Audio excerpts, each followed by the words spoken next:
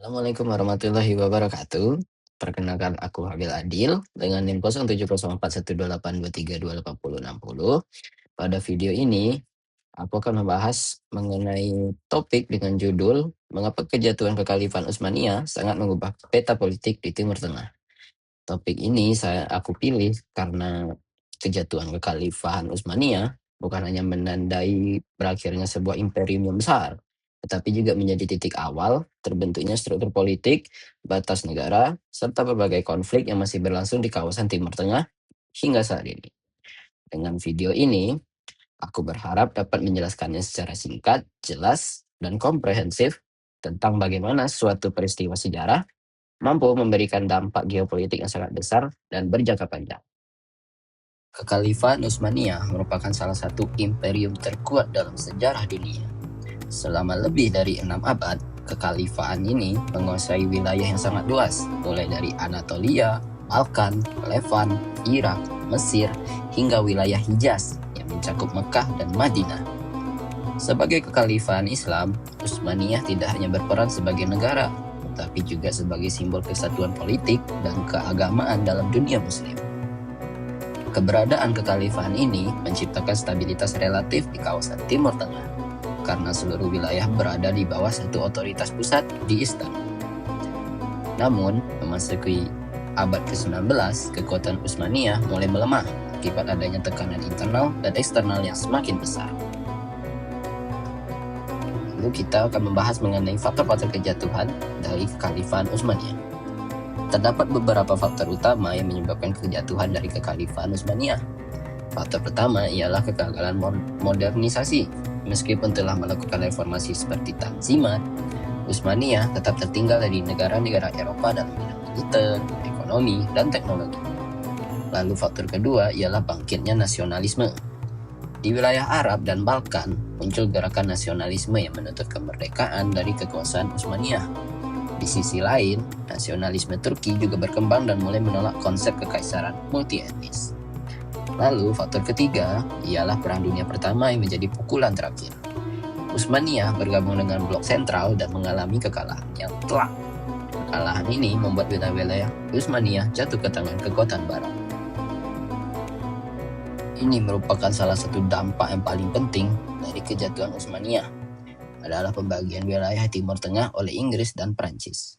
Pada tahun 1916, kedua negara tersebut menandatangani perjanjian rahasia yang dikenal sebagai Sykes-Picot Agreement. Perjanjian ini membagi wilayah Arab bekas Utsmaniyah ke dalam zona pengaruh kolonial, tanpa mempertimbangkan etnis, agama, maupun identitas sosial masyarakat setempat. Akibatnya, terbentuklah negara-negara baru dengan batas-batas buatan seperti Irak, Suriah, Lebanon, dan Yordania. Selain itu, Inggris juga mengeluarkan deklarasi Balfour yang mendukung pendirian tanah nasional Yahudi di Palestina, yang kemudian menjadi sumber konflik berkepanjangan yang terjadi hingga saat ini.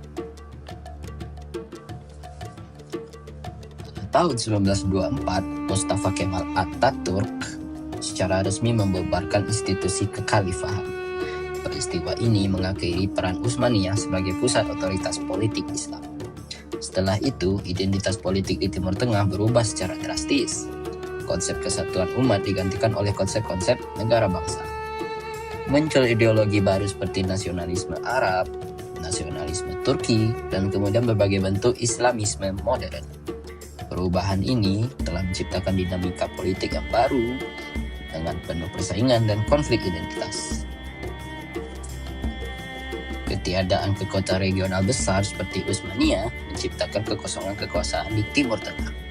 Kekosongan ini dimanfaatkan oleh negara-negara barat, terutama Inggris, Prancis, dan kemudian Amerika Serikat. Penemuan minyak menjadikan Timur Tengah kawasan yang sangat strategis. Negara-negara barat tidak hanya mengatur politik kawasan, namun juga mengontrol sumber daya energi yang vital bagi perekonomian global. Adanya intervensi ini membentuk hubungan yang tidak seimbang antara negara-negara Timur Tengah dan kekuatan besar dunia, yang dampaknya masih terasa hingga saat ini. Hampir semua konflik besar di Timur Tengah pada saat ini dapat ditelusuri kembali ke masa pasca kejatuhan Utsmaniyah.